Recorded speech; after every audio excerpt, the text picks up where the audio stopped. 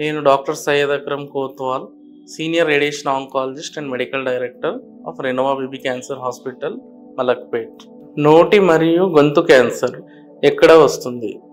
ముఖ్యంగా మనం చూస్తే నోటి క్యాన్సర్లో మనకి లిప్స్లో కానీ, బకల్ మికోజాలో కానీ, నాలుక పైన కానీ, పైభాగంలో కానీ, నాలుక పోస్టీరియర్ భాగంలో కానీ, టాన్సిల్స్ రీజియన్లో కానీ ఈ క్యాన్సర్ అనేది వస్తుంది.